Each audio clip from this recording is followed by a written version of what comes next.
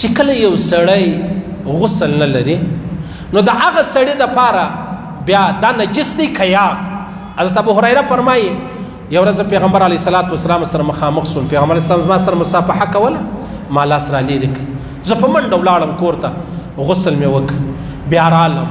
چې رالم ماته پیغمبر سم چیرې ولاړې ابو هریره ما یا رسول الله داسې زه نجسه وم داسې وم نو زه ولاړم غسل مې وکړ ول پیغمبر علیه السلام راته ویلي د مسلم حدیث دی سبحان الله ان المسلم لا ينجس مسلمان نجس کیږي نه پلید کیږي نه مرداریږي نه او حذیفه فرمایي پیغمبر صلی الله علیه وسلم ملاوي مارتل انی جنوب یا رسول الله زه بغیر د غسل یم و پیغمبر علیه السلام ماته و فرمایلی ان المسلم لا ينجس مسلمان نه مرداریږي پروا نه لري دا حکمي نجاست بلل کیږي حکمي دا معنا چې کم سړی غسل نه لري لمنځ نشي کولی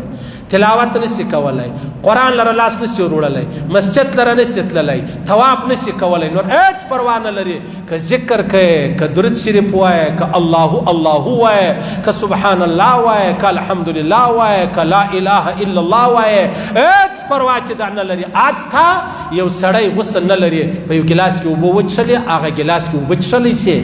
په یو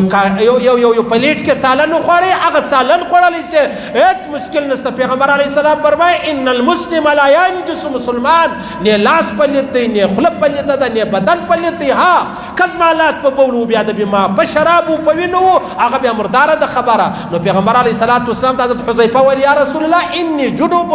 زه بغیر د غسل یم پیغمبر صلی الله فرمایل پروا نه لري هیڅ پروا نه لري لاس ملاولی سي ذکر کولی سي دا هغه رقم درود شریف ویلی سي ولاړ شي دا زنانې چې کله د لمانځه ټیم نه بیا اودس وکړي بیا راشي مسله اواره کړي دغه لمانځه پر ټیم سبحان الله والحمد لله والله اکبر ولا اله الا الله دی وایي قرآن اورېدلی سي ویلی نه سي قرآن لګېدی غږېدی اورېدلی سي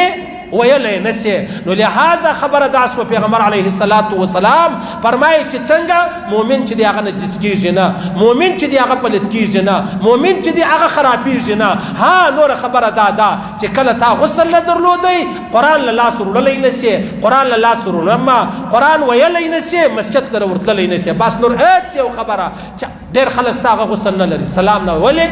یاره غسل نه لرم نو چې غسل سړی نه لري سلام نشي ویلی یا نشي ویلی نو ولا کلمه چې وایو ولا ذکر چې کوو هېڅ پروا نه لري سلام ویلی سي کلام ویلی سي کلام سمرات خبرې راواخله قرآن پاک نه او د هغسې مطلب ذکر و اذکار دا کولی سي دا خبره ختمه شوه